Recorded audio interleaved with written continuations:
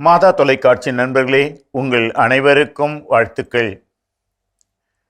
நண்பர்களே, நம் வாழ்விலே நம்மை வெற்றி அடைய விடாமல் அல்லது அடைந்த வெற்றியை அனுபவிக்க விடாமல் நம் உள்ளத்திலே ஒரு சோகத்தை எப்போதும் ஏற்படுத்தி கொண்டிருக்கின்ற ஒரு செயல்பாடு இருக்கிறது.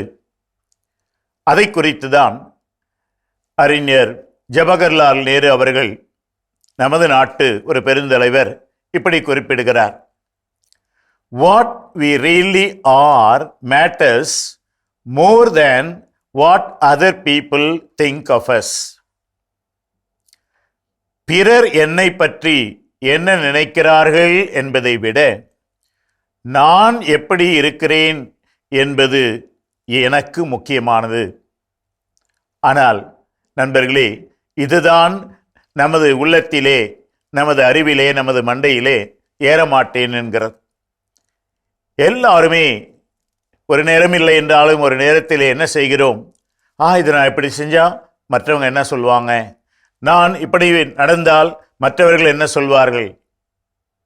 இப்படித்தான் நாங்கள் குரும படித்து கொண்டிருக்கிற காலத்திலே இதே போன்ற ஒரு பேச்சு வந்தது.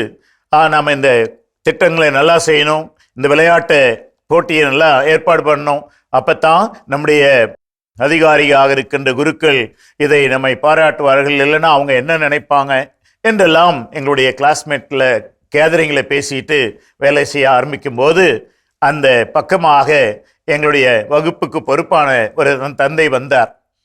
அப்போ வந்த உடனே, என்ன பேசிட்டு இருக்கிறீங்க அப்படின்னார். அதனால் எல்லாரும் இல்லை, இந்த விளையாட்டு போட்டி எப்படி நடத்தலான்னு பேசிகிட்டு இருக்கோம். இல்லை, எனக்கு வேறு மாதிரி காது கேட்டுச்சேன்னார். அவர் இப்போதான் ஒருத்தர் எழுந்து சொன்னார், நாம் இப்படி செஞ்சால் மற்றவங்க இதை பற்றி என்ன நினைப்பாங்க அப்படின்னு நாங்கள் சொன்னோம் அப்படின்னு சொல்லி அந்த வார்த்தையை சொன்ன உடனே அந்த குருவானவர் சொன்னார், stand up all of you அப்படின்னார். எல்லாரும் எழுந்திரிச்சு நின்னோம்.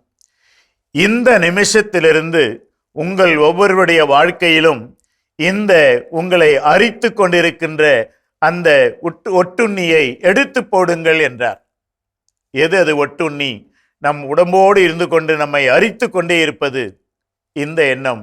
பிறர் என்னை பற்றி என்ன சொல்வார்கள், பிறர் என்னை பற்றி என்ன நினைப்பார்கள். நினைக்கிறவன் நினைக்கட்டுமே, எனக்கு தெரியும் நான் யார் என்று, எனக்கு தெரியும் எது நல்லதென்று. இந்த உணர்வோடு சென்றால், வாழ்ந்தால் மட்டுமே வெற்றி கிடைக்கும்.